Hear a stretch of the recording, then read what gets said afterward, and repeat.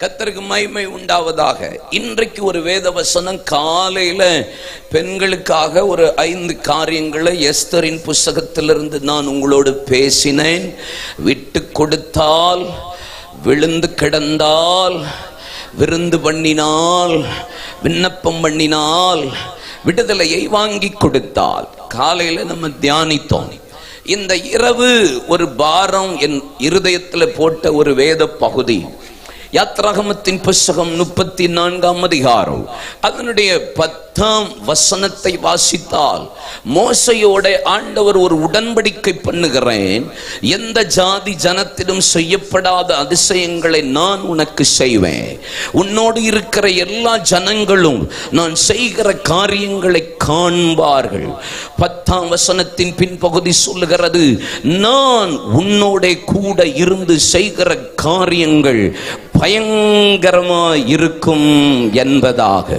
கர்த்தர் நம்மோடு கூட இருந்து செய்கிற காரியம் பயங்கரமாய் இருக்க போகிறார். கர்த்தர் என் பட்சத்தில் இருக்கிறார், எனக்கு விரோதமாய் இருப்பவன் யார்? ஆண்டவர் என் கூட இருக்கும்போது நடக்கிற பயங்கரமான காரியங்கள் உண்டு. ஆண்டவர் பயங்கரமும் மகத்துவமான தேவன் என்று வேதத்தில் சொல்லியிருக்கிறார். ஆண்டவர் சொல்லுகிறார், நான் உன்னோடு உடன்படிக்கை பண்ணுகிறேன், எந்த ஜாதி ஜனத்திலும் செய்யப்படாத அதிசயங்களை செய்வேன், உன்னோடு கூட இருக்கிறத எல்லா கண்களும் காணும்படி உன்னை கொண்டு செய்கிற காரியம் பயங்கரமாயிருக்கும் என்பதாக. யாத்ராகமத்தின் புஸ்தகத்தில் நீங்கள் 12ஆம் அதிகாரத்தில் இஸ்ரவேல் ஜனங்களை எகிப்து தேசத்தின் அடிமைத்தனத்திலிருந்து விடுதலையாக்கி 40 43 வசனத்தில் அன்றைய தினமே அவர்கள் சேனையை போல புறப்பட்டார்கள். ஏறக்குறைய 430 வருஷம் அடிமைகளாய் இருந்தவர்கள் அவர்கள் வெளியே புறப்பட்ட போது அவர்கள் சேனையை போல புறப்பட்டார்கள் என்று வேதம் சொல்லுகிறது. அற்புதங்களினாலும் அடையாளங்களினாலும் பலவிதமான பலத்த செய்கைகளினாலும் பரிசுத்த ஆவியானவரே பகிர்ந்து கொடுத்து சாட்சி கொடுத்ததுமாயிருக்கிற இவ்வளவு பெரிதான ரட்சிப்பை தேவன் இஸ்ரவேல் ஜனங்களுக்கு கொடுத்தார். ஆண்டவர் செங்கடலை பிளந்தார், வனாந்திரத்தில் வழியை உண்டாக்கினார், அவாந்திர வழியில் ஆறுகளை உண்டாக்கினார், மேக ஸ்தம்பம் அக்கினி ஸ்தம்பம் மன்னாவினால் போஷித்தார், காடையினாலே போஷித்தார், கண்மலையிலே நீரூற்று உண்டானது, மாறாவின் தண்ணீர் மதுரமாய் மாற்றினது. இஸ்ரவேல் ஜனங்களில் ஒருவனும் பலவீனப்பட்டவனாய் இருந்ததில்லை. சூரியன் சந்திரன் தரித்தது, யோர்தான் பிரிந்தது, எரிகோ விழுந்தது. 31 ராஜாக்கள் 7 ஜாதிகளை கர்த்தர் நிர்மூலமாக்கி தேசத்தை கர்த்தருடைய ஜனங்கள் கையிலே ஒப்புக் கொடுத்தார். யோர்தானை பிரித்தார், எரிகோவை விழப்பண்ணினார். செங்கடலை பறக்கும் போது இஸ்ரவேல் ஜனங்கள் வெட்டாந்தரையிலே நடந்தார்கள். எகிப்தியரும் இஸ்ரவேல் ஜனங்கள் நடந்தது போலவே செங்கடலிலே வெட்டாந்தரையிலே நடந்து வந்தபோது அவர்கள் விரட்டி கொண்டு வந்தபோது 25ஆம் வசனம் 14ஆம் அதிகாரத்தில் சொல்லப்பட்டிருக்கிறது, எகிப்தியர் வாய் சொல்லுகிற ஒரு வார்த்தை, இஸ்ரவேலின் தேவனாகிய கர்த்தர் எகிப்துக்கு விரோதமாக இஸ்ரவேலுக்கு துணையாக நின்று யுத்தம் பண்ணும்படி எழும்பி வந்து விட்டார். நமக்கு விரோதமாக எழும்பி விட்டார். இஸ்ரவேலுக்கு துணையாக அவர்களோடு அவர்கள் தேவன் இருக்கிறார், நமக்கு விரோதமாக இருக்கிறார் என்பதாக இஸ்ரவேல் ஜனங்கள் சொல்லுகிறார்கள். என் தேவன் உங்களுக்கு விரோதமாக யுத்தம் பண்ணுவார்னு வாக்கு பண்ணல, அறிக்கை பண்ணல. ஆனா புறஜாதி யோர்தான் அங்கே செங்கடலில் இஸ்ரவேல் ஜனங்கள் சொல்லுகிற வார்த்தை, இஸ்ரவேலின் தேவனாகிய கர்த்தர் நமக்கு விரோதமா, இஸ்ரவேல் ஜனங்களுக்கு துணையா, நம்மோடு யுத்தம் பண்ணும்படி எழும்பி வந்து விட்டார் என்பதாக. இந்த கடைசி கால எழுப்புதல் கர்த்தர் என் கூட இருக்கிறார் என்பதை நீங்க காட்டுகிறதல்ல, உங்க கூட கர்த்தர் இருக்கிறார் என்பதை புறஜாதியில் சொல்லுகிற காலம். ஹல்லேலூயா. ஆதியாகமம் 26ஆம் அதிகாரம், ஆண்டவர் ஈசாக்குக்கு தரிசனமாகி நீ எகிப்துக்கு போகாமல் இங்கே இரு என்று சொன்னபோது கர்த்தருடைய வார்த்தைக்கு கீழ்ப்படிந்தான். அப்பொழுது வேதம் சொல்கிறது, பஞ்சதேசத்தில் விதைத்து 100 மடங்கு பலனை பெற்று வரவர விருத்தி அடைந்து மகாபெரியவனாகி மாட்டு மந்தைகளை அநேக பணிவிடைக்காரர்களையும் கொடுத்ததினாலே பெலிஸ்தியர் அவனை கண்டு பொறாமை கொண்டார்கள். அவன் ஆபிரகாம் தோண்டி வைத்த துறவுகளை அவன் மீண்டும் துறவுகளை அவன் தூத்து போடும்படி வந்தபோது அபிமெலேக்கரும் கேரூரார் மேய்ப்பரும் இது எங்கள் முற்பிதாக்கள் துறவுகள் என்று கோபங்களும் பிரச்சனைகளும் சண்டைகளும் வாக்குவாதங்களும் வந்தபோது அவன் அதை விட்டு கொடுத்தான். ஏசேக்கு என்று பெயரிட்டான். அடுத்த இடத்துல துறவை தூத்து போடும்படி வந்தான். அங்கேயும் வாக்குவாதம் சண்டை வந்தது. அங்கே விட்டு கொடுத்து சித்னா என்று பெயரிட்டான். அடுத்த இடத்துல துறவுகளை தூத்து போட்ட போது அங்கே அபிமெலேக்கு கேளுரார் மேய்ப்பரும் வாக்குவாதம் சண்டையும் பண்ணவர் அல்ல. அங்கே வேதம் சொல்கிறது ரெகோபோத்தை கொடுத்து கர்த்தர் எனக்கு பழுகி பெருகும்படி தேவன் எனக்கு இடம் உண்டாக்கினார் என்று கர்த்தரை துதிக்க ஆரம்பித்தான். அதற்கு பின்பாக உள்ள 4 வசனங்களில் வேதம் சொல்கிறது அபிமெலேக்கரும் கேளுரார் மேய்ப்பரும் ஈசாக்கோடே கர்த்தர் இருக்கிறார் என்பதை நாங்கள் கண்டோம். உம்மோடு நாங்கள் உடன்படிக்கை பண்ண வருகிறோம். ஏன் தெரியுமா? இனி கர்த்தர் நம்ம கூட இருக்கிறது தேசம் பார்க்கணும். ஆதியாகமம் 30ஆம் அதிகாரத்தில் கர்த்தர் யாக்கோபை ஆசீர்வதிக்கிறார். திரும்பி 2 பரிவாரங்களோடு திரும்பி வருகிறது போது அப்பொழுது லாபான் அவனுடைய மாமன் துரத்தி வருகிறான். அந்த இரவு கர்த்தர் லாபானை எச்சரிக்கிறார். யாக்கோபு நிமித்தம் லாபானை ஆசீர்வதித்த தேவன் அங்கே இரவு எச்சரித்து சொல்லுகிறார், யாக்கோபே நன்மையே அல்லாமல் தீமை ஒன்றும் பேசாதபடிக்கு நீ எச்சரிக்கையாயிரு என்பதாக. என் கூட இருக்கிறத நான் எச்சரிக்கிறதையோ யாரையோ ஆள் அனுப்பி எச்சரிக்கிறதே அல்ல. என் நிமித்தம் எனக்காக யுத்தம் பண்ணுகிறவர், எனக்காக நியாயத்தில் எழும்புகிற நாவை குற்றப்படுத்தி போடுகிறவர், எனக்காக பழி வாங்குகிறவர் என் கூட இருக்கிறார் என்பதை மற்றவர்கள் அறிகிற காலம்.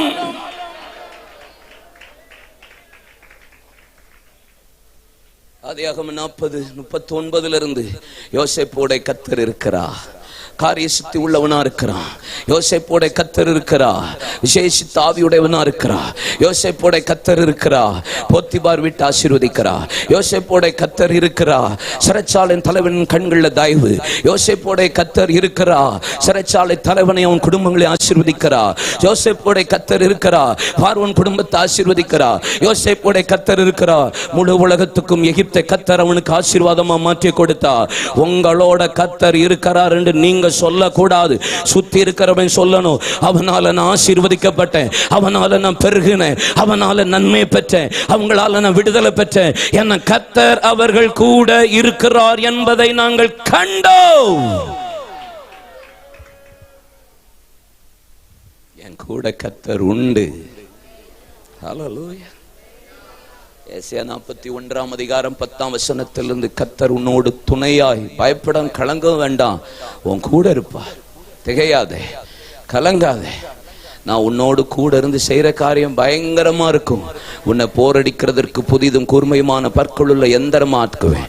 மலைகளை குன்றுகளை பதருக்கு ஒப்பாக்கி போடுவார். மெழுக போல உருகும். உங்க கூட கர்த்தர் இருக்கிறத பார்க்கணும். எத்தனை பேர் விரும்புறீங்க? எத்தனை பேர் ஆசைப்படுறீங்க? உம்மோடு நான் நடக்கணுமே, உம்மோடு நான் பழகணுமே, உம்மோடு நான் பேசணுமே. என் அன்பே, என் உயிரே, என் அன்பே, என் மழைக்காக காத்திருக்கும் பயிர் போல நானும் காத்திருந்தே. காற்று வீசுமென்று ஆவலுடன் ஏதி பார்த்திருந்தே. மழையாக இறங்கணுமே, என்னை முழுவதும் நிரப்பணுமே. என் அன்பே, என் உயிரே, என் அன்பே.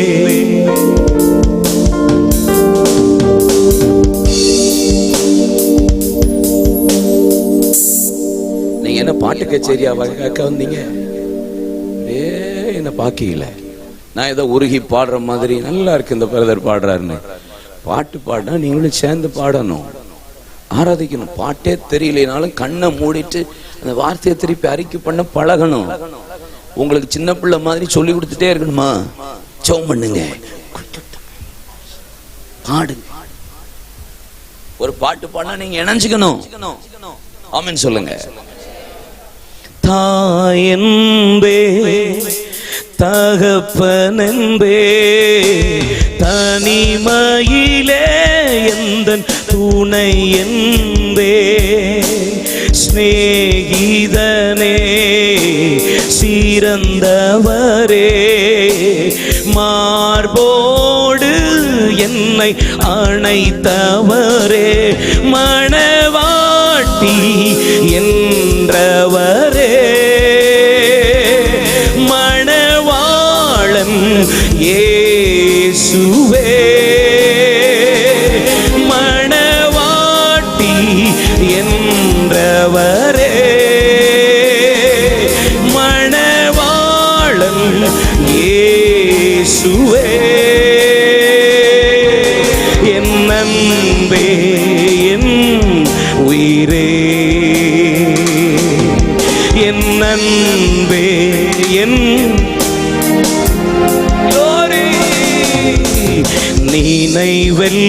நினைவெல்லாம் ஏக்கமெல்லாம் என் வாஞ்சையெல்லாம் நீரே நினைவெல்லாம் ஏக்கமெல்லாம் வாஞ்சையெல்லாம் நீரே உம்மோடு நான் நடக்கணுமே உம்மோடு நான் உந்தன் சித்தம் செய் என் அன்பே என் உயிரே என் அன்பே என் உயிரே. சங்கீதம் 118 சங்கீதம் 6-7 வசனம் இப்படி சொல்லுகிறது. கர்த்தர் என் பட்சத்தில் இருக்கிறார், நான் பயப்படேன். மனுஷன் எனக்கு என்ன செய்வான்? எனக்கு அனுகூலம் பண்ணுகிறவர்கள் நடுவில் கர்த்தர் என் பட்சத்தில் இருக்கிறார். என் சத்துருக்களின் சரி கட்டுதலை நான் காண்பேன். கர்த்தர் என்னோடு இருக்கும்போது, கர்த்தர் என் பட்சத்தில் இருக்கும்போது எனக்கு விரோதமாய் நிற்பவன் யார்? ஆண்டவர் என் பட்சத்தில் இருக்கிறார், என் சத்துருக்களின் சரிக்கட்டுதலை காண்பேன் என்று சங்கீதக்காரன் சொல்லுகிறார். பல வேத வசனத்தை உங்களோட காண்பித்தேன்.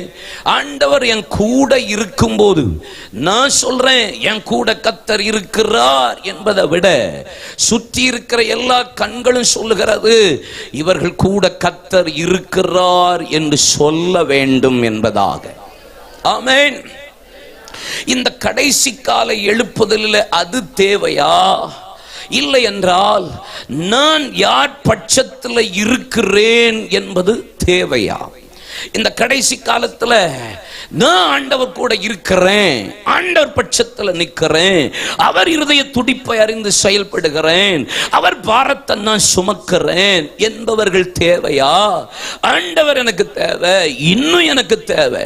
அவர் உங்க கூட தான் இருக்கிறார். இயேசு சொன்னார், உலகத்தின் முடிவு பரியந்தம் சதா காலங்களிலும் நான் உங்களோடு கூடயே இருப்பேன் என்று சொல்லியிருக்கிறார். அதனால் அது எந்த மாறுதலும் எந்த மாற்றமும் கிடையாது. என் கூட அவர் இருக்க போகிறது நிச்சயம், நிதர்சனமான உண்மை. அல்லேலூயா.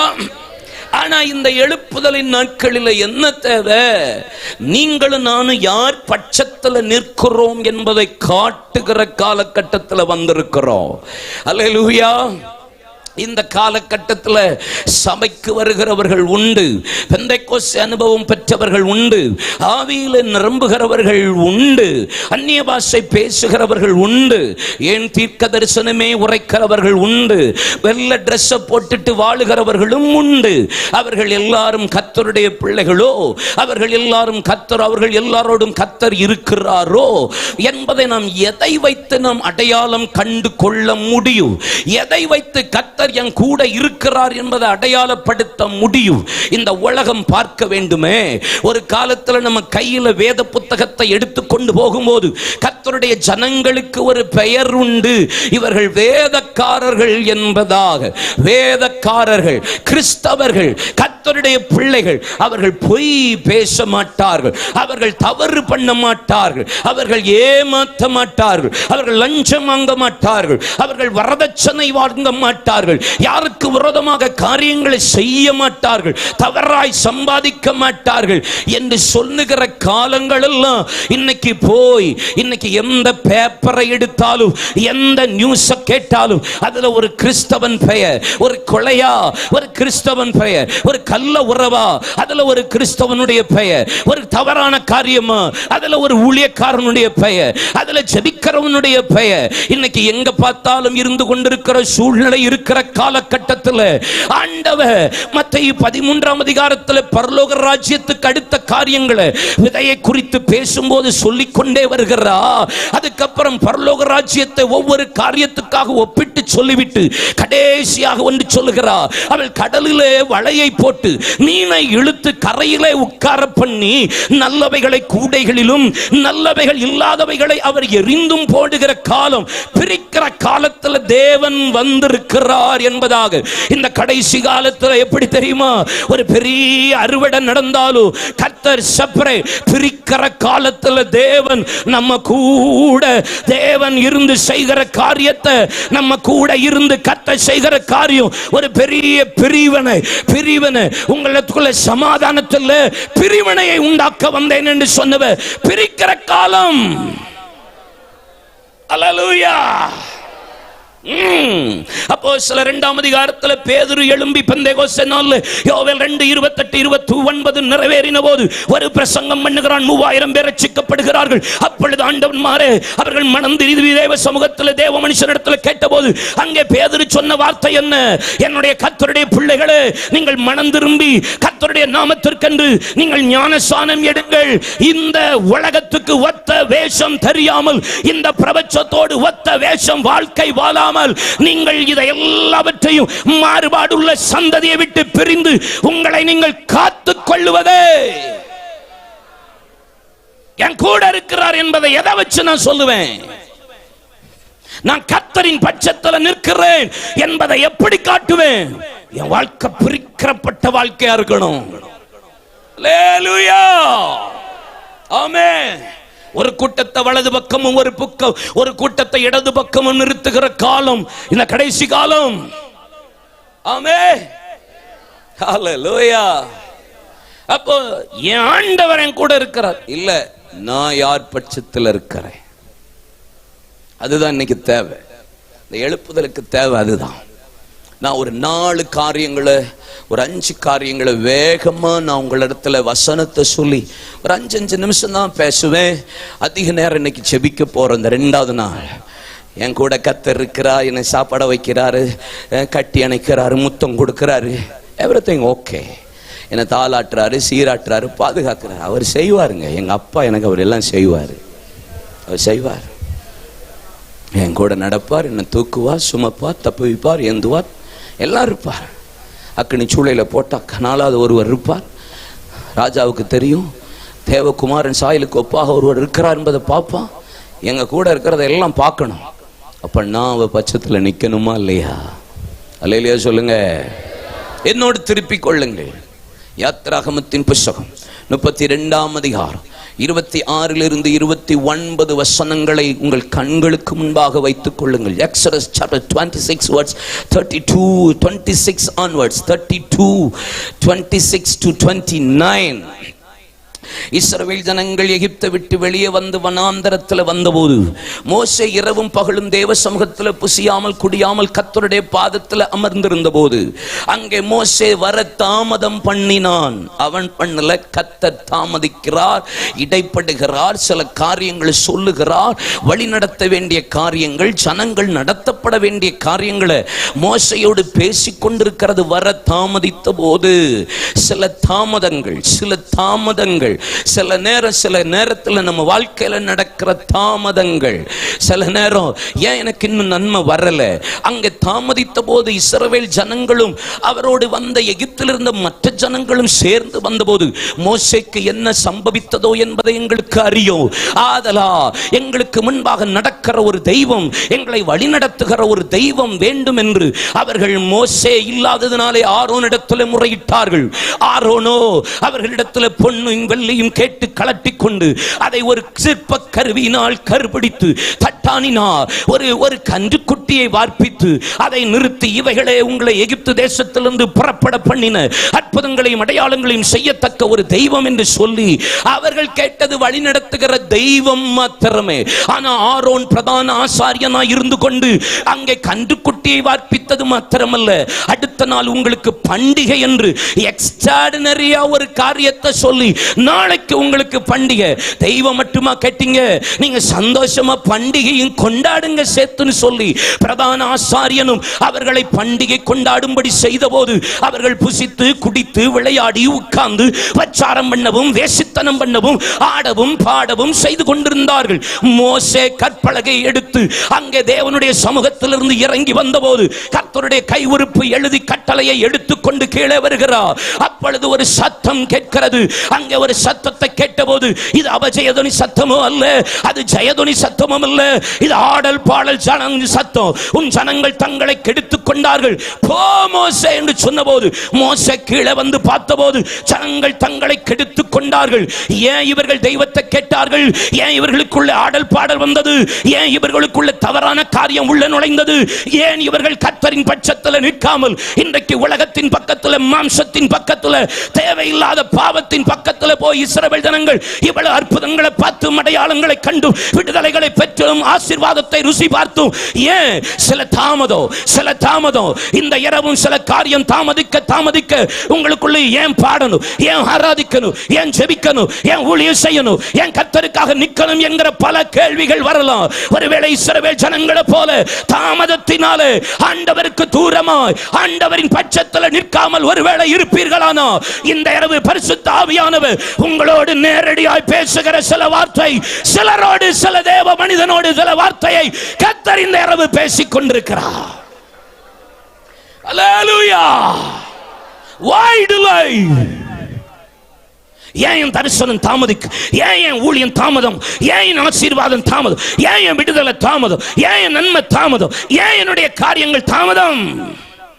தாமதத்தினால கன்றுக்குட்டி, தாமதத்தினால விக்கிர ஆராதனை, தாமதத்தினாலே பண்டிகை, தாமதத்தினாலே பிரபஞ்சத்தின் வேஷம், தாமதத்தினாலே இந்த உலகம், தாமதத்தினாலே இந்த சிற்றின்பம், தாமதத்தினாலே உலக சந்தோஷம், வேஷம்.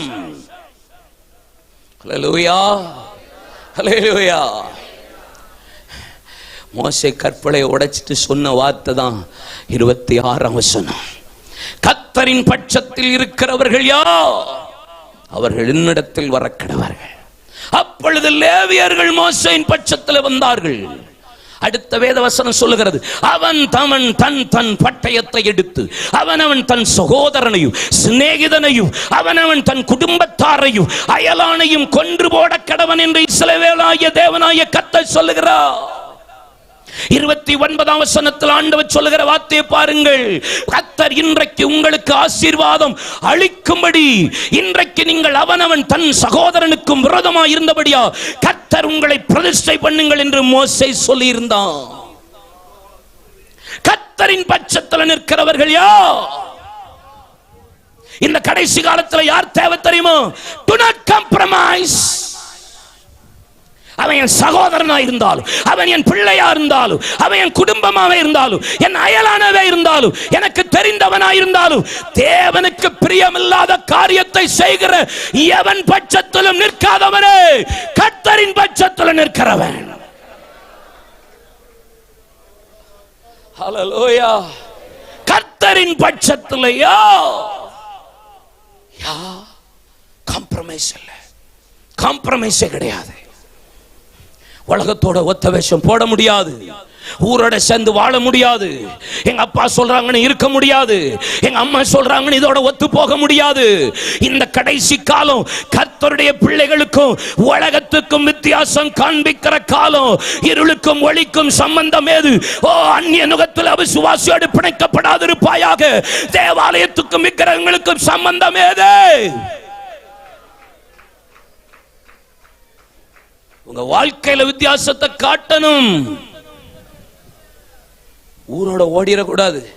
இதுல என்ன பிரதர் தப்பு இருக்கு? இதுல என்ன பிரதர் தப்பு இருக்கு? இதுல என்ன பிரதர் பரவாயில்லையே, இதை செஞ்சா என்ன, இதை பண்ணா என்ன, இதை அப்படி பண்ணா என்ன? ஊரெல்லாம் இதை தானே செய்யறாங்க. ஊரு செய்யும் பிரதர், ஊரு செய்யும் சிஸ்டர், ஊரு செய்யும் ஊழியக்காரனு. நான் கர்த்தருடைய பிள்ளை, நான் தேவனுடைய பிள்ளை, நான் பிரித்தெடுக்கப்பட்ட பிள்ளை. அடிமையாயிருந்து கர்த்தர் ரத்தத்தினால கழுவி என்ன விடுதலையாக்கி ஆவியினாலே தாகம் தீர்க்கப்பட்ட அப்பா பிதாவை என்று கூப்பிட பண்ணத்தக்க புத்திர சுவிகாரத்தின் ஆவியை கொடுத்து இன்னைக்கு உரிமையோடு ஆண்டவரே என்று கூப்பிடத்தக்க, அப்பா என்று கூப்பிடத்தக்க ஒரு ஸ்லாக்கியத்தை பெற்ற நான் கர்த்தரின் பட்சத்தில் நிற்கணும். ஹல்லேலூயா. காம்ப்ரமைஸ் இல்ல.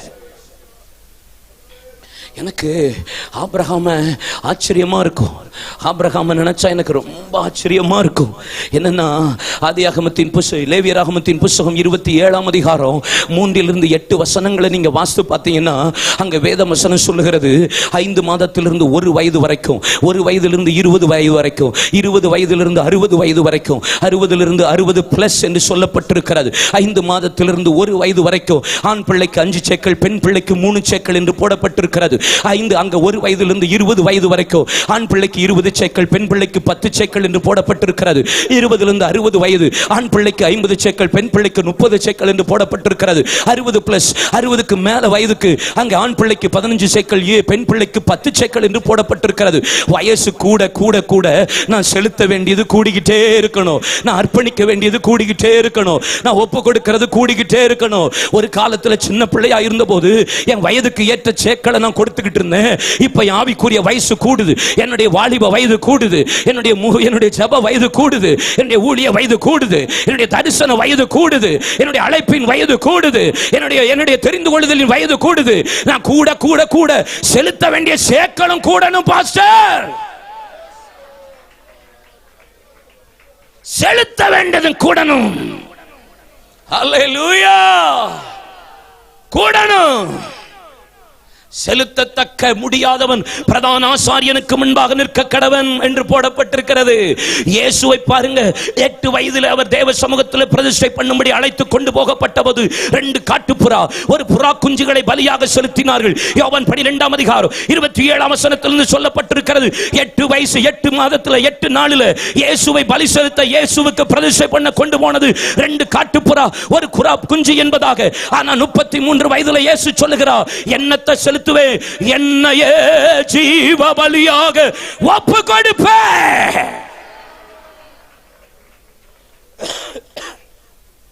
என் வயசு கூடுதா, வித்தியாசத்தை கூட்டணும், அர்ப்பணிக்கிறத கூட்டணும்.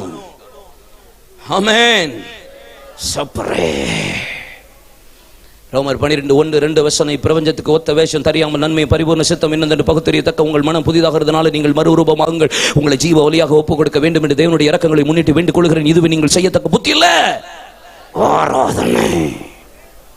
ஆராதனை கூடணும், பலி கூடணும், பிரதிஷ்டை கூடணும், ஜெபம் கூடணும். எத்தனை பேர் விரும்புறீங்க?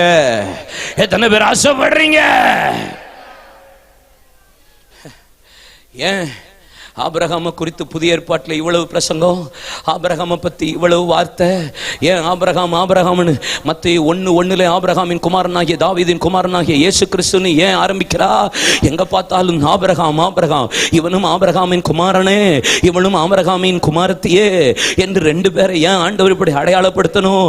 அப்போஸ்தலனாகிய பவுல் ரோமர் 4ஆம் அதிகாரம் 17ஆம் வசனத்தில் சொல்லும் போது, அநேக ஜாதிகளுக்கு தகப்பனாவேன் என்பதை நம்புகிறதுக்கு ஏது இல்லாத நம்பிக்கையோடு விசுவாசித்தான். ஏறக்குறைய 100 வயதுள்ளவனாக இருந்த போது சரீரம் செத்து போனது, சாராருடைய கர்ப்பம் செத்து போனது. என்ன இருந்தான்? அவன் விசுவாசத்தில் பலவீனமா இருக்கவில்லை. வாக்குத்தத்தம் பண்ணினவர் வாக்குத்தத்தத்தில் வல்லவர் என்பது முழு நிச்சயமா எண்ணி வாக்குத்தத்தத்தை உறுதியாய் பிடித்து பெற்றுக் கொண்டான் என்று ஒரு பெரிய ஆபிரகாமை பத்தி அங்க பவுல் பேசுறான், பேதுரு பேசுறான். ஏன் ஏன்? என்ன வயசு கூட கூட இழந்தது கூட, அர்ப்பணிச்சது கூட. ஆதியாகமம் 12ஆம் அதிகாரம் தேசத்தை விடு, இனத்தை விடு, தகப்பன் வீட்டை விடு, நான் காண்பிக்கிற தேசத்தை விடு விட்டான். 13ஆம் அதிகாரத்தில் ஆண்டவர் சொல்லுகிறார், சோதம் கொமாராவை விடு, லோத்துவை விடு விட்டான். 14ஆம் அதிகாரத்தில் சோதம் கொமாராவை விடு விட்டான். 16ஆம் அதிகாரம் நீ எதெல்லாம் விடணுமா விடு. 17ஆம் அதிகாரம் என் வார்த்தைக்கு செவி கொடு, நீ தவறான காரியங்களில் போயிட்டு இருக்க விடு விட்டான். ஆகார விட்டான், இஸ்மவேலை விட்டான். கடைசியில் ஆண்டவர் சொல்லுகிறார், உன் குமாரனாகிய ஈசாக்க நான் காண்பிக்கிற தேசத்தின் மலை உண்டிலே மோரியா என்னும் தேசத்தில் அவனை தகரபலியாயிரு என்று சொன்னபோது நெருப்பு கட்ட வேலைக்காரனை கூட்டிட்டு 3 நாள் பிரயாணப்பட்டு தன் கண்களை ஏறெடுத்து பார்த்தபோது கர்த்தர் குறித்த இடத்துக்கு கொண்டு போய் அங்க வேலைக்காரனையும் அங்கே கழுதையை விட்டுட்டு மலைக்கு ஏறி போய் அங்க ஈசாக்கை பலிபீடத்தில் கையின் காலையும் கட்டி கைகளை ஓங்கி போது, ஆபிரகாமே உன் புத்திரனும் என்று வேக சுதனம் என்று பாராமல் எனக்காக ஒப்பு கொடுத்தபடியா இப்பொழுது அறிந்திருக்கிற நீ எனக்கு பயந்து நடக்கிறவன் என்பதாக பின்னாக புதரிலே கொம்புகள் சிக்கி கொண்டிருக்கிற ஒரு ஆட்டுக்கடாவை கண்டு அதை ஈசாக்குக்காக பலியிட்டான். ஈசாக்கு தன் சொந்த குமாரனானாலும் என் ஆண்டவருக்காக எதையும் இழப்பேனே தவிர எதற்காகவும் எங்க அப்பாவை இழக்க மாட்டேன். ஈசாக்க விட்டான். கடைசியில கேத்துராலை உன் மனைவி விட்டான். கடைசியில தான் பியூட்டி, உன் பேரையே விட்டான். உன் பேரையே விட்டான், நேமையை விட்டாங்க. இழப்பீங்களா? சொந்த காரியம், சொந்த சகோதரன், சொந்த மகன், அவன் தன் மகன், அவன் தன் சிநேகிதன், அவன் தன் தலாயலான். யாருனாலும் விடுவேன், இயேசுவுக்காக எதையும் இழப்பேன். எந்த சூழ்நிலையும் அவர் அன்பினின்று என்னை பிரிக்காது காத்துக் கொள்வார். என்னை நம்பியவர் தந்த பொறுப்பதனை அவர் வரும் வரை எதை வேணாலும் இழக்கலாம், யாரை வேணாலும் போட்டு தள்ளலாம். இல்லையா சொல்லுங்க? கத்தரில பட்சத்துல நிக்கிறங்கிறதுக்கு அடையாளம் என்ன தெரியுமா? நீங்க எதை வச்சு சொல்லுவீங்க நீங்க கத்தர் பட்சத்துல இருக்கீங்கன்னு? இயேசுவுக்காக நீங்க எதை இழந்தீங்க பிரதர்? இயேசுவுக்காக எதை விட்டீங்க பிரதர்? இயேசுவுக்காக எதை நஷ்டப்பட்டீங்க? நியாயாதிபதிகள் 11 எப்தா பராக்கிரமசாலி, அம்மோன் புத்திரர்கள் எழும்பி வந்தபோது அம்மோன் புத்திரர்களுக்கு விரோதமாக யுத்தம் பண்ணும்படி அதற்காக கத்தர் எழுப்பின ஒரு நியாயாதிபதி, ஒரு தேவ மனுஷன், அபிஷேகம் பெற்ற ஒரு பராக்கிரமசாலி சொல்லுகிறான், ஆண்டவரே அம்மோன் புத்திரர்கள் மத்தியில் எனக்கு ஒரு யுத்தத்தில் ஜெயத்தை கொடுத்து என்னை குடும்பத்துக்கு சமாதானத்தோடு திரும்பி வர பண்ணுவீரானா? என் வீட்டிற்கு முன்பாக எது வருகிறதோ அதை உமக்காகவே செலுத்துவேன் என்று சொன்னா. கத்தர் அம்மோன் புத்திரர்களை முறியடித்து ஓட ஓட விரட்டினா. ஜெயஸ்தம்பத்தோடு ஆடல் பாடலோடு கத்தரை துதித்து பட்டணத்துக்குள்ளே நுழையும் போது அவளுக்கு இருந்த ஒரே மகள் மாத்திரம் எதிர்கொண்டு வந்தா. அவளை பார்த்தபோது பார்த்தா, ஐயோ மகளே, நீ இப்படி செய்து விட்டாலே நான் என்ன செய்வேன் என்று வஸ்திரத்தை கிழித்து அழுத போது அவள் மகள் சொல்ற, அப்பா நீ சொன்ன வார்த்தையின் பிரகாரமே நீ செய்யும். மகளை என் வாயினால் என்ன பொருத்தனை பண்ணிட்டேன், அறிக்கை பண்ணிட்டேன், என்னால விட்டு கொடுக்க முடியாது, என்ன காம்ப்ரமைஸ் பண்ண முடியாது. பரவாயில்லப்பா, நான் போய் துக்கம் கொண்டாடி விட்டு திரும்பி வருகிறேன். அவள் திரும்பி வந்தால் கத்தரிடத்துல எதை சொன்னானோ அதை எப்தா செய்து முடித்தான். இந்த கடைசி காலத்துல கத்தரின் பட்சத்தில் நிற்கிறவர்கள் யார் தெரியுமா? என் பிள்ளையா இருந்தாலும், என் சகோதரனா இருந்தாலும், என் குடும்பமா இருந்தாலும், எனக்கு சிநேகிக்கிறவர்களா இருந்தாலும், யாரா இருந்தாலும் காம்ப்ரமைஸ் இல்லாம நான் அர்ப்பணிக்கிறேனா?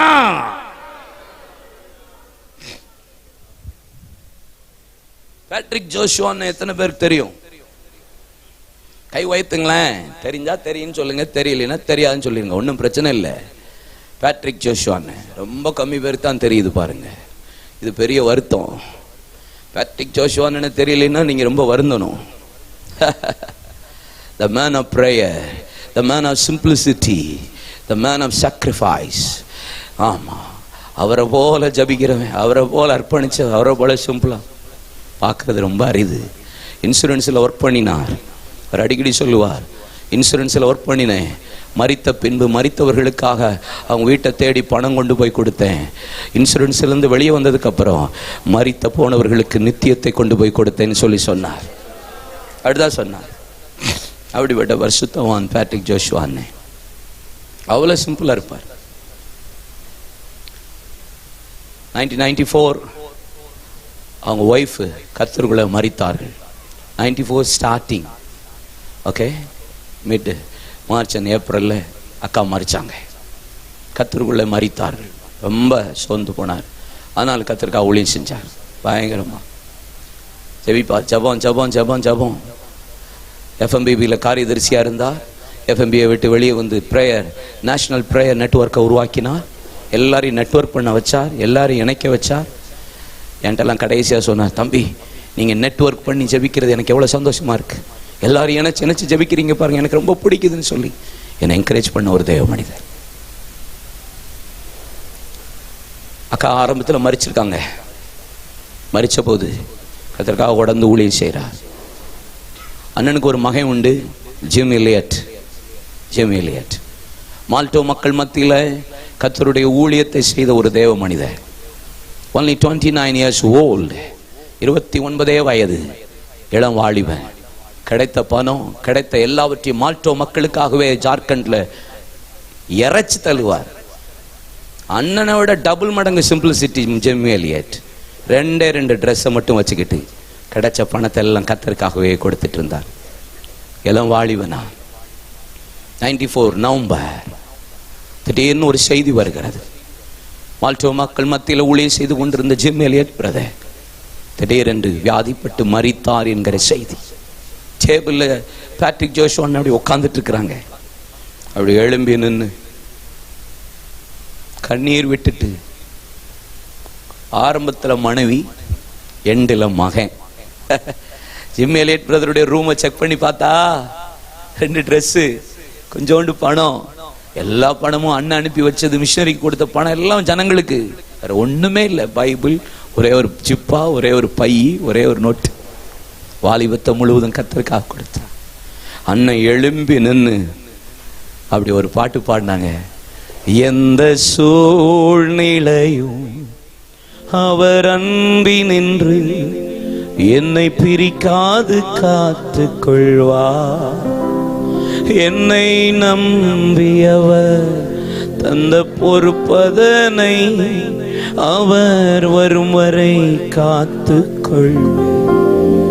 ஆனந்தமே பரமானந்தமே, இது மாபெரும் பாக்கியமே, இந்த பார்தலத்தில் சொந்தக்காரரவர் இந்த உள்ளத்தில், இந்த பார்தலத்தில் சொந்தக்காரரவர்.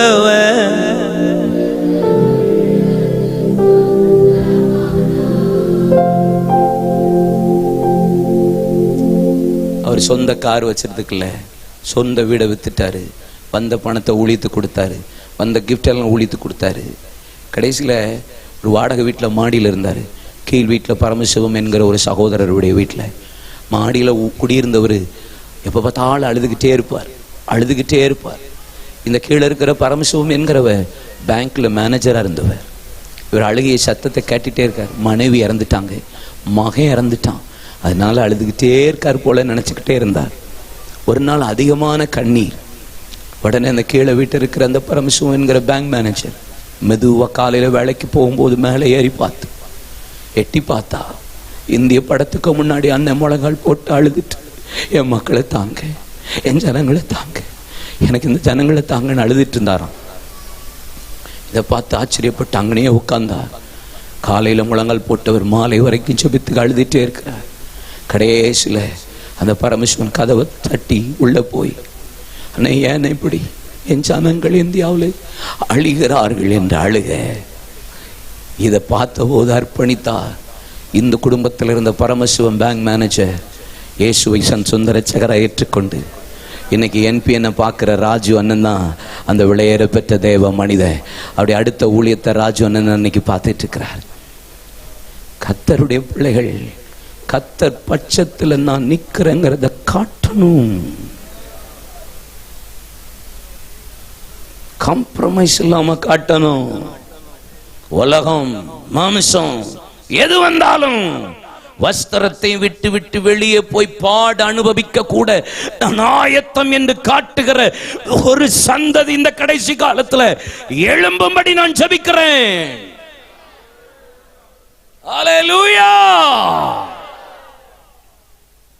2 ராஜாக்கள் 9ஆம் அதிகாரம் அதனுடைய 32ஆம் வசனத்தை வாசித்து பாருங்கள்.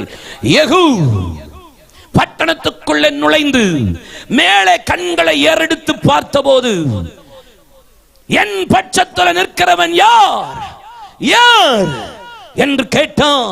3 பிரதானிகள் எட்டி பார்த்தபோது, யேசபேலை தள்ளிவிடுங்கள் என்று சொன்னான். தள்ளிவிட்டார்கள். அவர் மேலிருந்து கீழே விழுந்து தரையிலே மோதி அடித்த போது அவருடைய ரத்தம் சுவரிலும் குதிரையிலும் பட்டது. அவளை மிதித்து உள்ளே போய் புசித்து குடித்து உள்ளே நுழைந்தான். திரும்ப வந்து அவள் ராஜகுமாரத்தியா இருக்கிறபடியா அவளை அடக்கம் பண்ணுங்கள் என்று சொன்னா, திரும்பி வந்து பார்த்தபோது அவருடைய மண்டை ஓட்டை தவிர உள்ளங்கையை தவிர வேற ஒன்றுமில்லை. எலியா தீர்க்கதரிசி மூலமாய் சொன்ன தீர்க்க தரிசனம் நிறைவேறும்படி யேசபேலின் மாம்சத்தை நாய்கள் தின்னுமே என்று சொன்ன வார்த்தை நிறைவேறியது என்று யெகூ அங்கே அறிக்கை பண்ணினான். என் பட்சத்தில் நிற்கிறவன் யார் யார்? நீங்க யார் பட்சத்தில் இருக்கிறீங்க? கர்த்தரின் பட்சத்தில் நிற்கிறவன் யார்? அபிஷேகம் பண்ணப்பட்டவனுடைய பட்சத்தில் நிற்கிறவன் யார்? எலியாவை அபிஷேகம் பண்ணினது கர்த்தர், எலிசாவை அபிஷேகம் பண்ணினது எலியா. யெகூவை அபிஷேகம் பண்ணினது எலியாவோ எலிசாவோ பிரதானமான தீர்க்கதரிசி அல்ல. தீர்க்கதரிசிகளின் புத்திரரின் பிரதானியாக ஒருவன் போய் எழும்பி அவன் வீட்டுக்குள்ளே நுழைந்து அவனை சபை வீட்டின் நடுவில் எழும்பி தனி அறைக்குள்ளே கொண்டு போய் அவனை அபிஷேகம் பண்ணினான். சாதாரண ஒருத்தன் தான். ஆனா எழும்பினா தீர்க்க தரிசனம். எலியா முடிக்காதது எலிசா, எலிசா முடிக்காதது யெகூ முடிப்பான்னு சொன்ன தீர்க்க தரிசனம் நிறைவேறும்படி இது நடந்தது. யேசபேல் யார் என் பட்சத்தில் போது யேசபேலை தள்ளி விட்டான் 3 பிரதானி. அந்த 3 பிரதானி யாரோட இருப்பான்? யேசபேல் பட்சத்தில் இருந்தவன். 450 பாகால் தீர்க்கதரிசிகள், 400 யேசபேல் பந்தியில் சாப்பிடுகிற தீர்க்கதரிசிகள், 850 தீர்க்கதரிசிகளை எலியா கர்த்தர் அபிஷேகத்தினாலே கொன்று குவித்தவன். அவளோட இருந்த 3 பிரதானிகளும் அங்கே யேசபேல் பட்சத்தில் நின்றவர்கள். ஆனா எங்க யெகூ யார் என் பட்சத்தில் சொன்னபோது 3 பிரதானிகள் கீழே தள்ளிவிட்டார்கள். யேசபேல் யாரு? யெகூ வருகிறான் என்று சொல்லி முகத்துக்கும் கண்ணுக்கும் சிங்காரித்து மையிட்டு தன்னை அலங்கரித்து சோடித்து, யெகூவே சிம்மரி சேஷம் அடைந்தானா அடைந்தாயா அப்படி வந்து நிற்கிறான். தள்ளிவிடு, என் பட்சத்தில் நிற்கிறவனை தள்ளிவிடு, உலகத்தை தள்ளிவிடு, மாம்சத்தை தள்ளிவிடு, கர்த்தருக்கு பிரியமில்லாத காரியத்தை தள்ளிவிடு. என் பட்சத்தில் நிற்கிறவன் யார்? நீங்க 10ஆம் அதிகாரத்தில் வாசித்து பாருங்க. வேதம் சொல்லுகிறது, பனதாத் அவனை பார்த்து சொல்லுறான், கையை பிடிச்சி, என் இருதயம் உன்னோடு இருக்கா? உன் இருதயம் என்னோடு இருக்கா? இருக்கு இருக்கு, வா, கர்த்தருக்காக நான் பாராட்டுகிற பக்தி வைராக்கியத்தை நான் உனக்கு காண்பிக்கிறேன், என் கூட வா வா. ஆகாப்பின் 70 பிள்ளைகளையும் கொன்றான். அங்கே அவர்களை வளர்த்தவர்களையும் கொன்றான், அவர்களை பாதுகாத்தவர்களை கொண்டான். தீர்க்க தரிசனம் எல்லாவற்றையும் நிறைவேற்றும்படி கர்த்தர் யெகூவை கர்த்தர் கையில் எடுத்து பயன்படுத்தினார். என்ன அர்த்தம்? என்ன வார்த்தை? ஒரே ஒரு வார்த்தை தான் என்னால சொல்ல முடியும். யெகூவின் பட்சத்தில் நிற்பவன் யார் யார்? நீங்க கர்த்தரின் பட்சத்தில் நிக்கிறீங்கிறதுக்கு அடையாளம் எது தெரியுமா? கர்த்தருக்காக பாராட்டுகிற வைராக்கியம். வைராக்கியம். நான் கர்த்தருக்காக பாராட்டுகிற வைராக்கியத்தை வந்து பா. நீங்க எப்படி கர்த்தருக்காக வைராக்கியம் பாராட்டுறீங்க? What about your zeal? வாலிபனே, வாலிப தம்பியே, தங்கச்சியே, என் ஊழியக்காரனே, என் தேவ மனுஷனே, உங்க வைராக்கியம் எதுல இருக்கிறது? அப்போஸ்தலனாகிய பவுல் கலாத்தியருக்கு எழுதும்போது சொல்லுகிறார், நல்ல விஷயத்துல வைராக்கியம் பாராட்டுகிறது நல்லதுதான், நானும் பாராட்டுவேன். ஆனா உங்களிடத்துல இருக்கும் போது மாத்திரமல்ல, எப்பொழுதும் வைராக்கியம் பாராட்டணும். ஆள் இருக்கும்போது வைராக்கியம் அல்ல, ஊழியக்காரன் இருக்கும்போது வைராக்கியம் அல்ல, சபைக்கு வரும்போது மாத்திரம் வைராக்கியம் அல்ல, எங்கே கர்த்தருடைய பிள்ளைகள் கூடுகிற இடத்துல மாத்திரம் வைராக்கியம் அல்ல, நீங்க வேலை பார்க்கிற இடத்துல கர்த்தர் பட்சத்துல நிக்கிற என்பதை வைராக்கியத்தை காட்டணும். உங்க ஊழியத்துல வைராக்கியத்தை காட்டணும். தேசத்துக்குள்ள நீங்க கர்த்தர் பட்சத்துல நிக்கிற என்பதற்கு வைராக்கியத்தை காட்டணும். என்னாகமம் 25:7 வாசித்து பாருங்க. இஸ்ரவேல் ஜனங்கள் கர்த்தருக்கு பிரியமில்லாம உபச்சார பாவத்தில் விழுந்த போது அங்கே தேவ ஜனங்களும் கர்த்தருக்கு பிரியமில்லாத பாவத்தை கண்டு அங்கே செய்து கொண்டிருந்தது. அங்கே சபை நடுவிலிருந்து ஒரு வாலிபன் கண்டு கொண்டே இருக்கிறான். அவன் திடீரென்று சபை நடுவிலிருந்து எழும்பி ஒரு ஈட்டி எடுத்து உருவ குத்தினான். கர்த்தர் வாதையை நிறுத்தினார் என்று வேதவசனம் சொல்கிறது. இங்க பாருங்க மோசே நியாயப்பிரமாணத்தை வாங்கினவன் ஆரோன் மோசேயும் பாருங்க. மோசே நியாயப்பிரமாணத்தை வாங்கினா, ஆரோன் நியாயப்பிரமாணத்தை பேசினா. மோசே நியாயப்பிரமாணத்தை வாங்கினவன், ஆரோன் நியாயப்பிரமாணத்தை பேசினவன். வாங்கினவனாலையும் வாதையை நிறுத்த முடியல, பேசினவனாலையும் வாதையை நிறுத்த முடியல. ஆனா சபை நடுவில் சாதாரணமாய் இருந்த ஒரு வாலிபன் கர்த்தருக்காக வைராக்கியம் பாராட்டி கர்த்தருடைய வைராக்கியத்தை வெளியே காட்டினபடியா அவன் சபை நடுவில் இருந்து எழும்பி ஒரு ஈட்டி எடுத்து உருவ குத்தினதுனா கர்த்தர் பட்சத்தில் நிற்கிறேன் என்று சொன்னவன் மூத்த சீனியர் செய்யாததை கூட ஜூனியரை கொண்டு, பெயரே தெரியாத ஒருவனை கொண்டு ஆரோனை ஆசாரியன் அபிஷேகம் பண்ணினது ஆண்டவர் த்ரூ மோசஸ். ஆரோனின் குமாரனாகிய எலெயாசாரை அங்கே பிரதான ஆசாரியராக அபிஷேகம் பண்ணி ஆரோனுடைய வஸ்திரத்தை போட்டது த்ரூ மோசஸ். ஆனா ஆரோனின் குமாரனாகிய எலெயாசாரின் குமாரனாகிய பினகாசு அபிஷேகம் பண்ணினது யாரு? யார் பட்டம் கொடுக்கிறா? 11-13 சொல்லுகிறது. இவன் இஸ்ரவேல் நடுவில் எனக்காக பக்தி வைராக்கியம் பாராட்டினபடியா நித்திய ஆசாரிய பட்டத்தை அவனோடு நான் சந்ததியோடு உடன்படிக்கை பண்றேன். பரலோகமே அவனை கன்சிடர் பண்ணுதுன்னா இந்த இரவு உங்களை பார்த்து சொல்றேன், யார் கர்த்தருக்காக வைராக்கியம் பாராட்டுகிறீர்களோ அவர்கள் தான் கர்த்தரின் பட்சத்தில் நிற்கிறீர்கள்.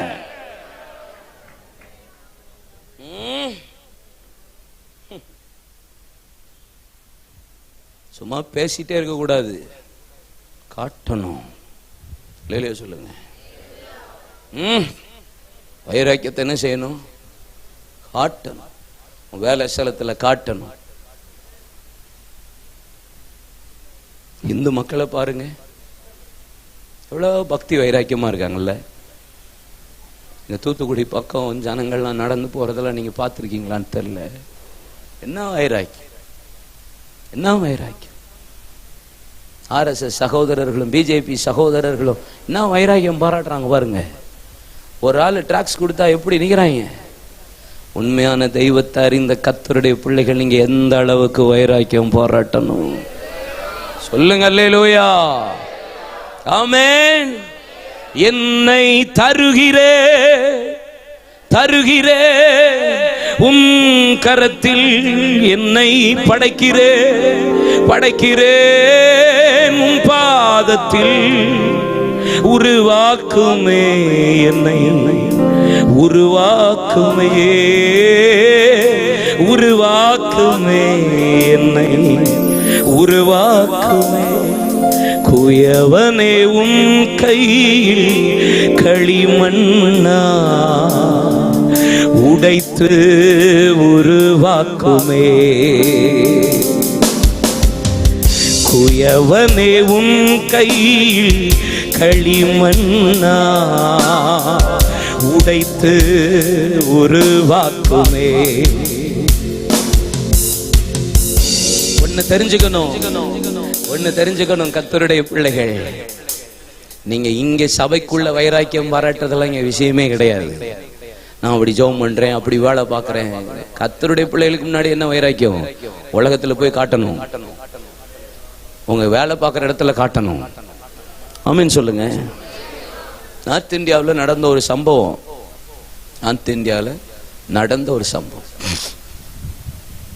ஷாலோ மிஷனரி மூவ்மெண்ட் எத்தனை பேருக்கு தெரியும்? ஷேரிங் லவ் மிஷன், பீல் ஆதிவாசி மக்கள் மத்தியில் ஊழியம் செய்கிற தேவதாஸ் பிரதர், பிஷப் தேவதாஸ். இன்னைக்கு 4, 5, 6 டயல்சேஷனாக இருக்குது.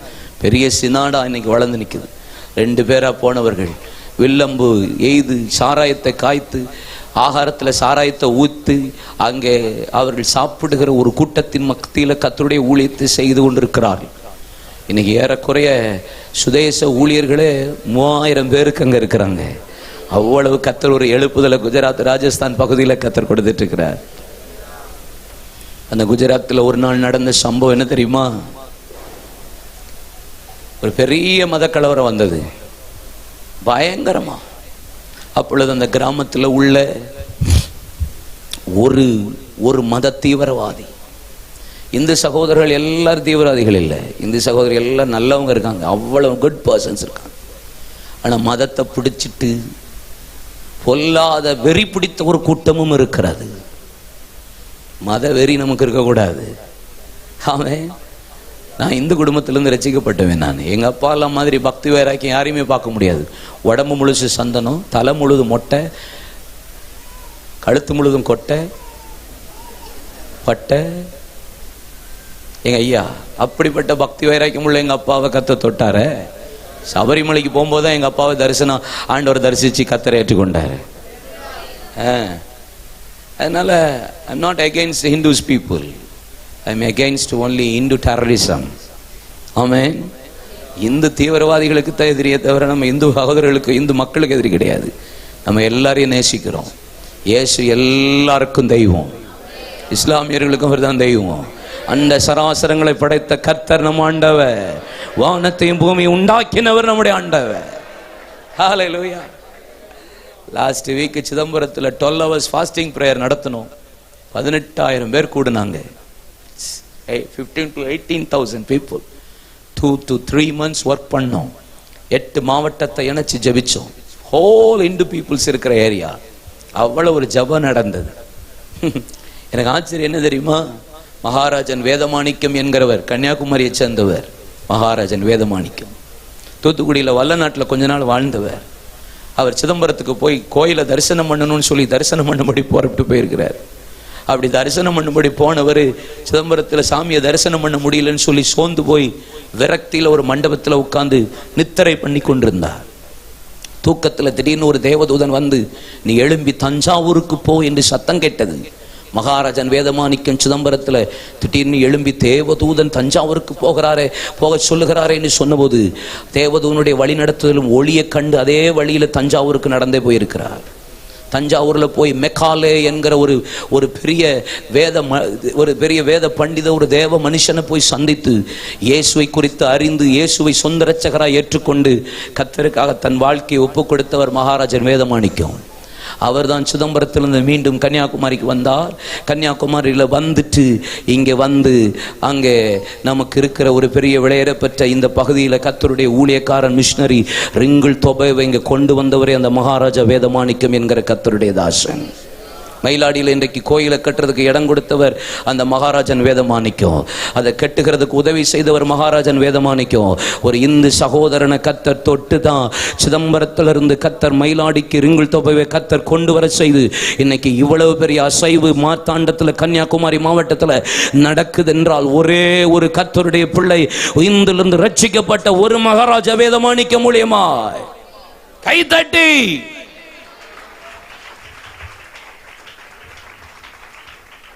ஹல்லேலூயா.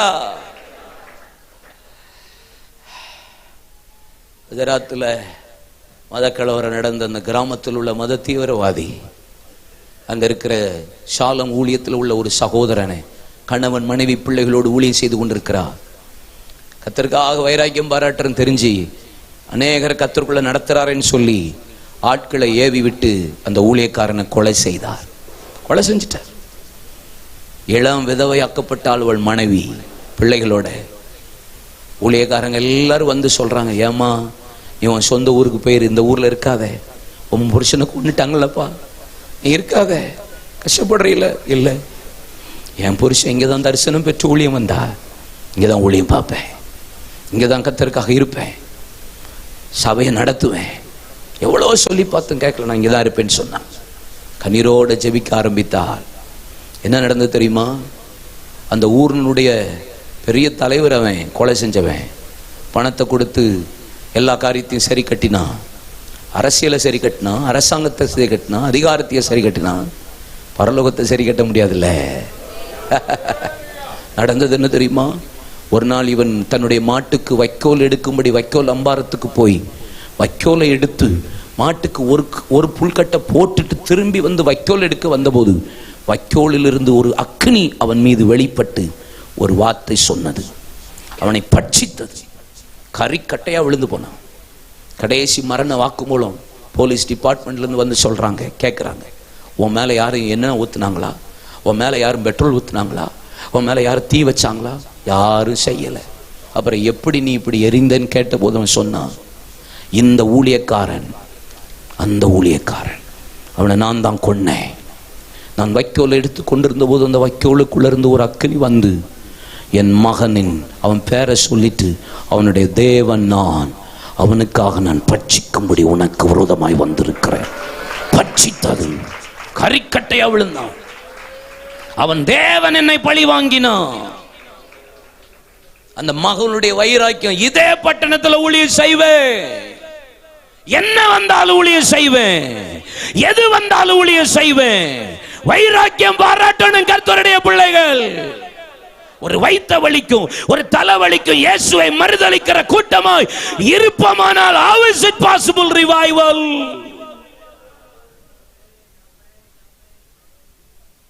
எதுக்கும் சமாளிக்க முடியாம இயேசுவின் பிள்ளைகளா, கர்த்தருடைய பிள்ளைகளா, பெந்தேகோஸ்து அனுபவத்தில் இருக்கேன்னு பெருமை பாராட்டாதீங்க. என்ன வந்தாலும் எது வந்தாலும் நான் வைராக்கியம் பாராட்டுகிற சந்ததி.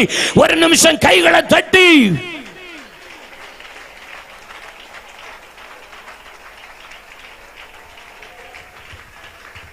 ஹல்லேலூயா. 2 சாமுவேல் 20ஆம் அதிகாரத்தில் வாசித்து பாருங்க. வேத வசனம் சொல்லுகிறது, அங்கே அமாசா செத்து கிடந்த போது செத்தவன் அண்டையில ஒரு வாலிபன் நின்று, யோவாப்பின் பட்சத்தில் நிற்கிறவன் யார், தாவீதின் பட்சத்தில் நிற்கிறவன் யார், அவன் யோவாப்புடைய பின் தொடர கடவன் என்று ஒரு வாலிபன் சொல்லுகிறான். அங்கே வேதத்தை வாசித்து பாருங்க. அங்கே கர்த்தருடைய வசனம் 20ஆம் அதிகாரம் ஆரம்பத்திலிருந்து சொல்லப்பட்டிருக்கிறது. அங்கே சேவா என்பவன் தாவீதுக்கு விரோதமாய் எழும்பி ஆட்களை சேர்த்து கொண்டு புறப்பட்டான். அப்பொழுது வேதம் சொல்லுகிறது, அங்கே யோவாப்பும் அவனோடு சேர்ந்த ஜனங்களும் அவனை பின்தொடருகிறார்கள். அப்பொழுது தாவீது அவனை அழைத்து கூப்பிட்டு சொல்லுகிறான், அமாசாவே, நீ சேபாவை பின்தொடர்ந்து போ, அங்கே எருசலேமிலும் யூதாவிலும் இருக்கிற ஜனங்களை 3 நாளைக்குள் என்னிடத்தில் அழைத்து கொண்டு வா என்று சொன்னபோது அவனோ அழைத்து கொண்டு வர தாமதம் பண்ணினான். இதை அறிந்தபோது யோவா புறப்பட்டு பின்தொடர்ந்து அமாசாவை உருவ குத்தி அவனை ரத்தம் விழும்படி விழப்பண்ணினார். விழுந்து கிடந்த வயல்வெளியின் ஓரத்தில் நின்று கொண்டிருந்த ஒரு வாலிபன் சொல்லுகிறான், செத்தவன் அண்டையில நின்னுட்டு, தாவீதின் பட்சத்தில் நிற்கிறவன் யார்? தாவீதின் பட்சத்தில். அவன் செத்ததை பார்த்துட்டு ஒரு பக்கம் யோவாப்பும் ஒரு பக்கம் அபிஷாயும் கடம்பி திரும்பி புறப்பட்டு சேபாவை பின்தொடர்கிறார்கள். வேதம் சொல்லுகிறது, செத்தவன் பக்கத்தில் நின்றுட்டு வழியில கிடந்த அமாசாவை பார்த்துட்டு பல பேர் செத்ததை பார்த்துட்டு வழியிலே நின்றுட்டாங்க. அவனை பின்தொடராம பட்சத்தில் போகாம நின்றுட்டாங்க. அப்பொழுது ஒருவன் வந்து அந்த அமாசாவை வயல்வெளியில இழுத்து போட்ட போது அவன் அங்கே புறப்பட்டு யோவாப்புக்கு பின்பாக தாவீதின் பட்சத்தில் புறப்பட்டார்கள். அங்கே சேபாவை அவர்கள் முடித்தார்கள் என்று வேதம் சொல்லுகிறது. இன்னைக்கு கர்த்தரின் பட்சத்தில் எந்த சூழ்நிலையும், மரணமோ ஜீவனானாலும் சாவானாலும், எதுவும் கிறிஸ்துவின் அன்பை விட்டு என்னை பிரிக்காது என்று நிச்சயித்திருக்கிறேன். பிலிப்பியர் 3ஆம் அதிகாரம் சொல்லுகிறது. அங்கே 1 கொரிந்தியர் 11ஆம் அதிகாரம் சொல்லுகிறது, அங்கே மரணமானாலும் ஜீவனானாலும், அங்கே பட்டயமானாலும் வருங்காலமானாலும் நிகழ்காலமானாலும் கிறிஸ்துவின் அன்பை விட்டு என்னை பிரிக்காது என்று நான் நிச்சயித்திருக்கிறேன். 8ஆம் நாளில் விருத்த சேதனம் பண்ணப்பட்டவன், எவரேல் பிறந்த எவரேல் நியாயப்பிரமாணத்தின்படி குற்றம் சாட்டப்பட்டாதவன், கமாலியின் பாதத்தில் படித்தவன், இவை என்றும் கிறிஸ்துவின் அன்பை விட்டு என்ன பிரிக்காது. மரணமோ ஜீவனோ. செத்ததுக்காக போய் நின்னுட்டு பின்னாடி தொடராம போக மாட்டேன், தாவீதின் பட்சத்தில் நிற்பேன். 1 நாளாகமத்தின் புத்தகம் 12ஆம் அதிகாரம் வாசித்து பாருங்க. வேதம் காத்து பத்திரரில் அங்கே வெளிமானின் வேகத்தை போலவும் சிங்க முகத்தை போலவும் பரிசை ஈட்டி பிடித்தவர்கள் பராக்கிரமசாலிகளாய் தாவீதின் பட்சத்தில் தினந்தோறும் அவனோடு வந்து சேர்ந்தார்கள் என்று வேதம் சொல்லுகிறது. இன்னைக்கு தாவீதின் பட்சத்தில், அபிஷேகம் பண்ணப்பட்டவன் பட்சத்தில், பிரியமானவரின் பட்சத்தில், தேவசத்தத்தின் பட்சத்தில், கர்த்தருடைய காரியத்தை அறிந்து செயல்படுகிறவன் பட்சத்தில் யார் தெரியுமா? காத்புத்திர சேனை, சிங்கமுகத்தை போல தைரியம் உள்ளவர்கள், வெளிமானின் வேகத்தை போல சோம்பேறியே இல்லாதவர்கள், அவர்கள் தான் கர்த்தரின் பட்சத்தில் நிற்கிறவர். யார் இன்னைக்கு தேவை சபைக்கு? யார் தெரியுமா? தைரியம் உள்ள ஒரு கூட்டம் தேவை. இன்னைக்கு யார் தேவை தெரியுமா? சேனை தேவை. இன்னைக்கு யார் தேவை தெரியுமா? சோம்பேறி அல்ல, உற்சாகம் உள்ள சுறுசுறுப்பு ஆட்கள் தேவை. நீங்க கர்த்தரின் பட்சத்தில் நிற்கிறதுக்கு அடையாளம் என்ன தெரியுமா? தைரியமா இருப்பீங்க, சுறுசுறுப்பா இருப்பீங்க, சோம்பேறித்தனம் இருக்காது. சோம்பேறி விரும்பியும் ஒன்றும் பெறான். சோம்பேறி குளிர்கண்டு உளமாட்டான். சோம்பேறி அறுப்புல பிச்சை கட்டால் கிடைக்காது. சோம்பேறியின் வயல்வெளியா போனே அது காஞ்சொலிகளும் முச்சடிகளுமா இருந்தது. சோம்பேறி வழியில சிங்க இருக்கு, வீதியில சிங்க இருக்குன்னு சொல்லுவான். சோம்பேறி கலசத்துல கையை வச்சுட்டு வாய்க்கு எடுக்க மாட்டான். சோம்பேறி கதவு நிலைகளில் ஆடுகிறது போல ஆடிக்கொண்டே இருப்போம். இன்னும் கொஞ்சம் தூங்கட்டும், இன்னும் கொஞ்சம் கை முடக்கி கொண்டிருக்கட்டும். சோம்பேறியை வச்சு எழுப்புதல்ல. நான் கர்த்தரின் பட்சத்துல நிக்கிறேன். கேவலம், பயம். நீ கர்த்தரின் பட்சத்துல இல்ல, தைரியமா நிக்கணும். என்ன வந்தாலும் சமாளிக்கிறவன் தான் கர்த்தரின் பட்சத்துல நிக்கிறான்னு அர்த்தம். தைரியமா இருப்பீங்களா? பயப்படுறீங்களா? சுவிசேஷம் சொல்லும் போது யாராவது உங்களை தடை பண்ணிட்டா, ஐயோ இனிமே நான் ஊழியத்துக்கு இல்ல, என்ன வந்தாலும் மரணமே ஆனாலும். ஹல்லேலூயா. கடைசியா ஒரு வார்த்தை சொல்லி நான் முடிக்கிறேன். எஸ்ராவின் புஸ்தகம் 9ஆம் அதிகாரம். எஸ்ரா 9.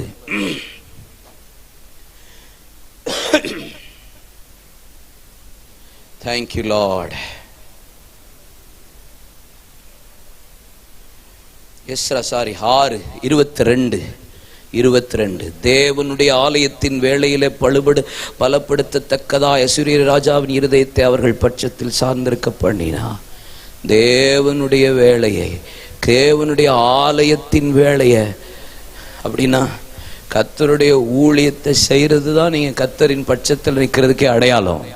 சொல்லுங்க, நீங்க கர்த்தரின் பட்சத்தில் நிற்கிறதுக்கு அடையாளம் என்ன தெரியுமா? ஊழியம் செய்யணும்.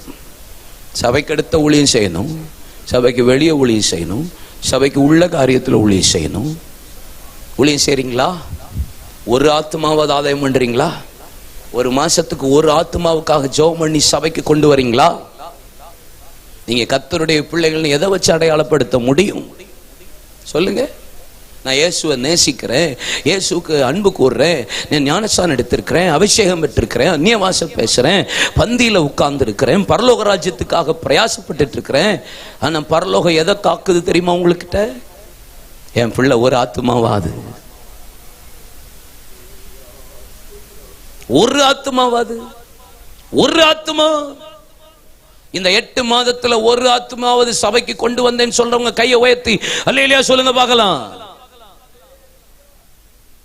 ஒரு சத்தம் தான் கேக்குது. என்ன பெந்தேகோஸ்தே? நான் அந்த பெந்தேகோஸ்தே சபையில இருக்கேன், நான் ஆவியை பெற்ற சபையில இருக்கேன். ஒரு ஆத்மாவை ரட்சிப்புக்குள்ள நடத்தாத நீங்கள் எப்படி கர்த்தரின் பட்சத்தில் இருப்பீர்கள்? ஒரு ஆத்மா. நீங்க போடுற காணிக்கை, தசமபாகம், நீங்க கன்வென்ஷனுக்கு கொடுக்கிற கூட்டம், இந்த உலகத்தில் உங்களுக்கு பலன் வரும். ஆனா நீங்க ஆத்மாவுக்காக விதைக்கிறது பரலோகத்தில் பலன் வரும். ஒரு ஆத்மா. அறுப்பு மிகுதியாளோ இல்லை, வெறுப்பில் அலையும் மாந்தர் மிகுதி. நினைத்து புலம்பி அலைந்து தேடு, நீ பெற்றால் இன்றே மகிழுவாயன்றே. நீ போகவிடில் யார் போவா, இப்போதில்லா வீடில் எப்போ. நீ போகவிடில் யார் போவா, இப்போதில்லா வீடில் எப்போ. கணக்கு கேட்பா என்ன செய்வா, கணக்கு கேட்பா என்ன செய்வா. கண்ணீர் விடுவாயோ கர்த்தரை கண்டு, கண்ணீர் விடுவாயோ கர்த்தரை கண்டு. விசுவாசியே நினைத்து பா, நிலைப்பவைகளை நாடு. நித்திய ஜீவன் பெற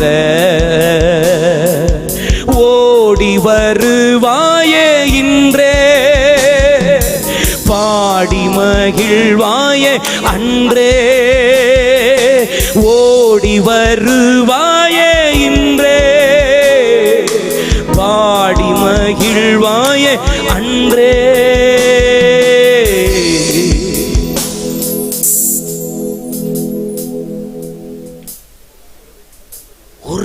ஆத்துமா என்ன ரட்சிக்க, என்ன எதுக்குங்க ஆண்டவர் ஆசீர்வதிக்கணும்? எதுக்கு எனக்கு விடுதலை தரணும்? எதுக்கு என்ன உயர்த்தணும்?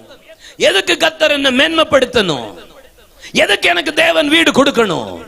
எனக்கு ஏன் கார் தரணும்? எதுக்கு நமக்கு தரணும்? ஒரு ஆத்துமா பரலோகத்துக்காக, ஒரு ஆத்துமாவை ரட்சிப்புக்குள்ள நடத்தாமல் நீங்கள் கர்த்தரின் பட்சத்தில் இருக்கும் வில்லை என்றால் உங்களை எதுக்கு கர்த்தர் ஆசீர்வதிக்கணும்? நீங்க ஜெபிச்சதெல்லாம் கர்த்தர் தரணும்.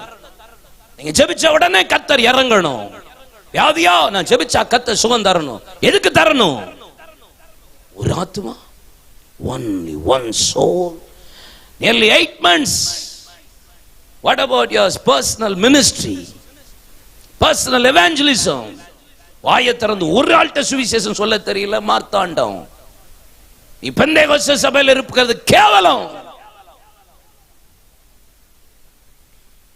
செல்போனை பத்தி பேசுறோம், ட்ரெஸ்ஸை பத்தி பேசுறோம், ஆப்பை குறித்து பேசுறோம், இன்டர்நெட்டை குறித்து பேசுறோம், படிப்பை குறித்து பேசுறோம்.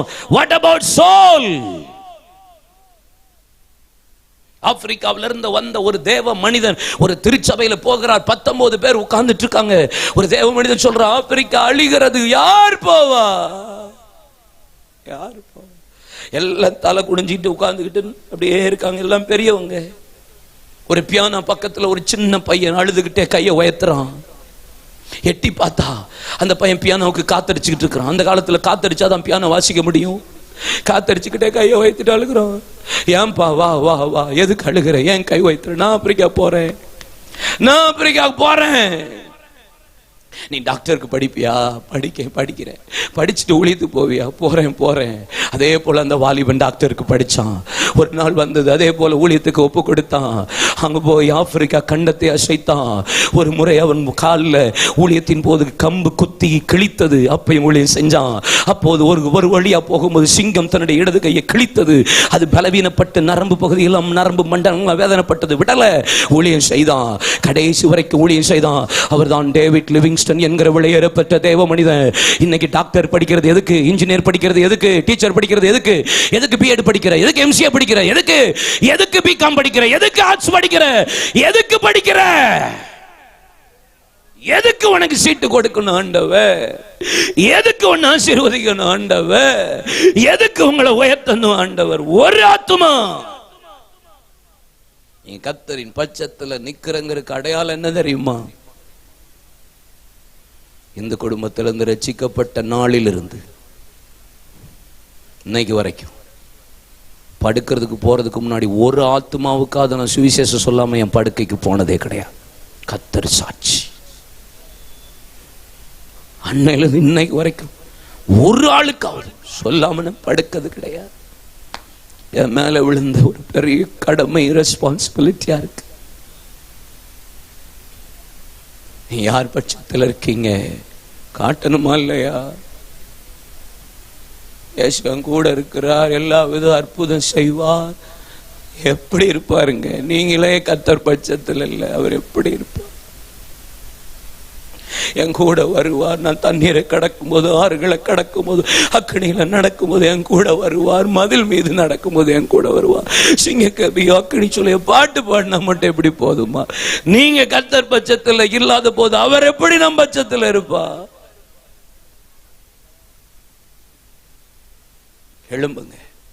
எழும்புங்க வேகமா. ஒரு காரியத்தை சொல்லி நாம் செபிக்க போகிறோம். ஜான் ஹைட் என்கிற விளையேற பெற்ற ஒரு தேவ மனிதர் பஞ்சாபே அசைத்தார். தினந்தோறும் ஒரு ஆத்துமா கேட்பார். தினந்தோறும் ஒரு ஆத்துமா. கர்த்தர் டெய்லி ஆத்துமா கொடுத்தார். கொஞ்ச காலம் கழிச்சு எனக்கு தினந்தோறும் 2 ஆத்துமா வேணும் கேட்டார். 2 ஆத்துமா கொடுத்தார். கொஞ்ச நாள் கழிச்சு 3 ஆத்துமா வேணும்னாரு. 3 ஆத்துமா கொடுத்தார். மறிக்கிறதுக்கு 2 வருஷத்துக்கு முன்னாடி எனக்கு தினந்தோறும் 4 ஆத்துமா வேணும்னாரு. 4 ஆத்துமா கொடுத்தார். ஒரு ஆத்துமா வேணும்னு கேட்கும்போது 8 மணி நேரம் ஜெபம் பண்ணிட்டு வெளியே போய் ஊழியம் செய்வார். 2 ஆத்துமா வேணும்னு சொல்லும் போது 10லிருந்து 12 மணி நேரம் ஜெபம் பண்ணிட்டு வெளியே போய் ஊழியம் செய்வார்.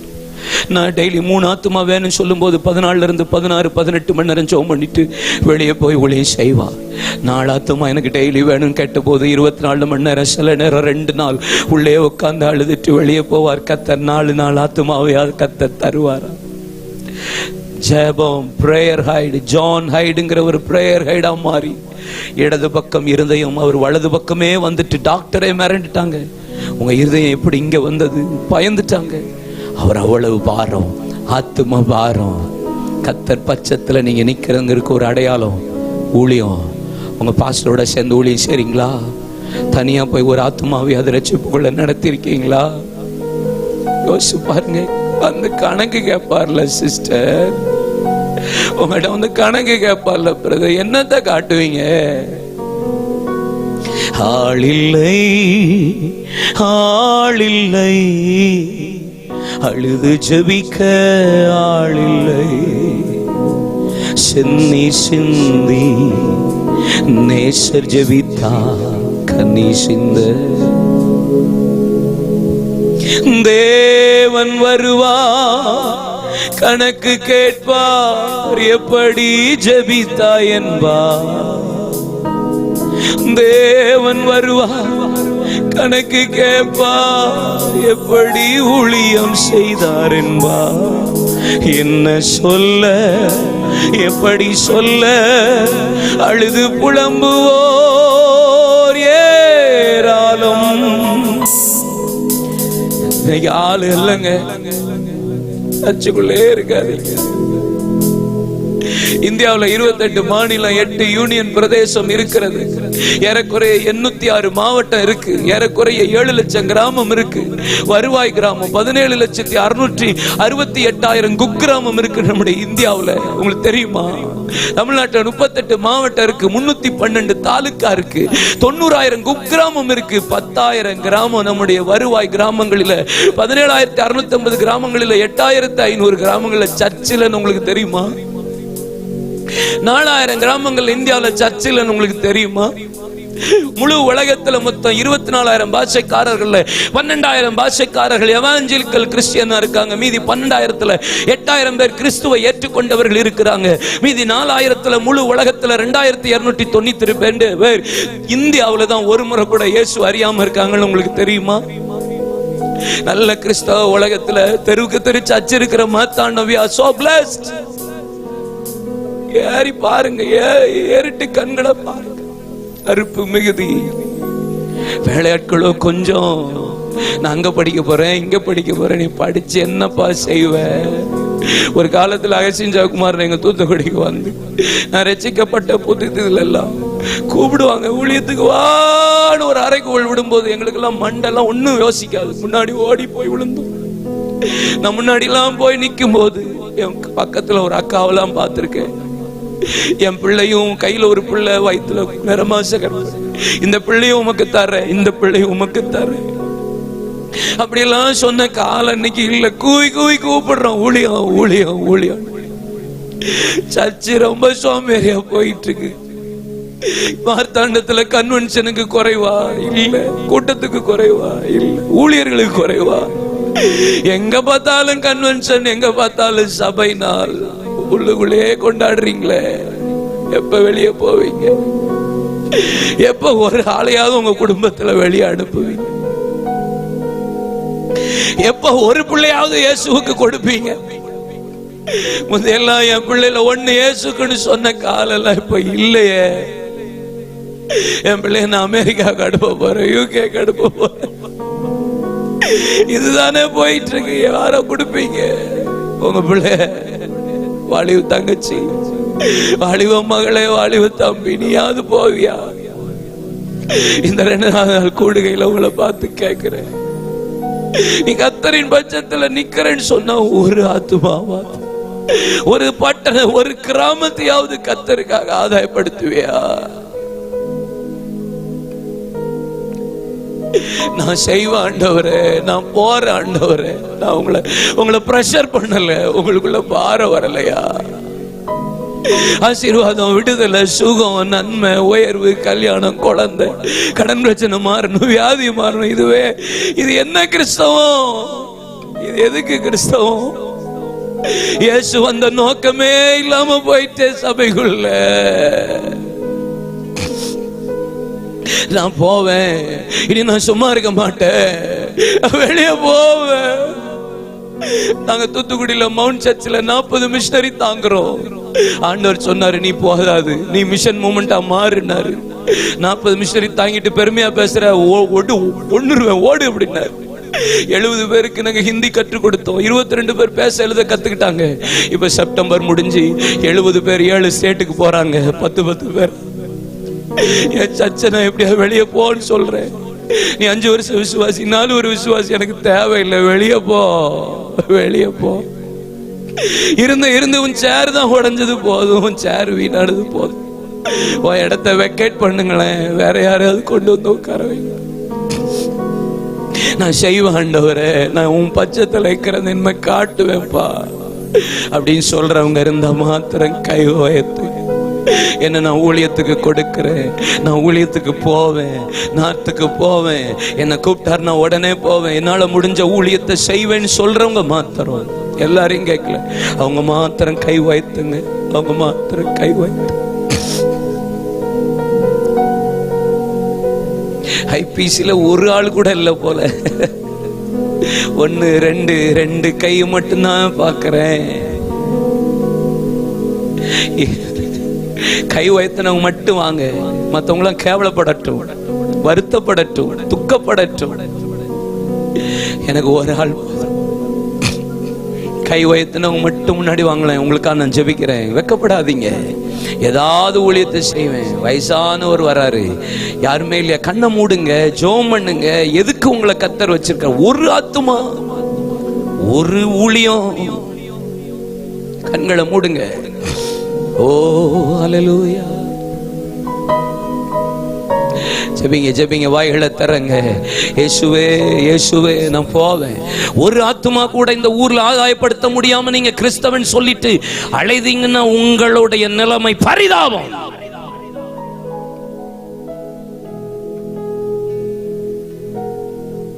Shame on you. இயேசுவுக்காக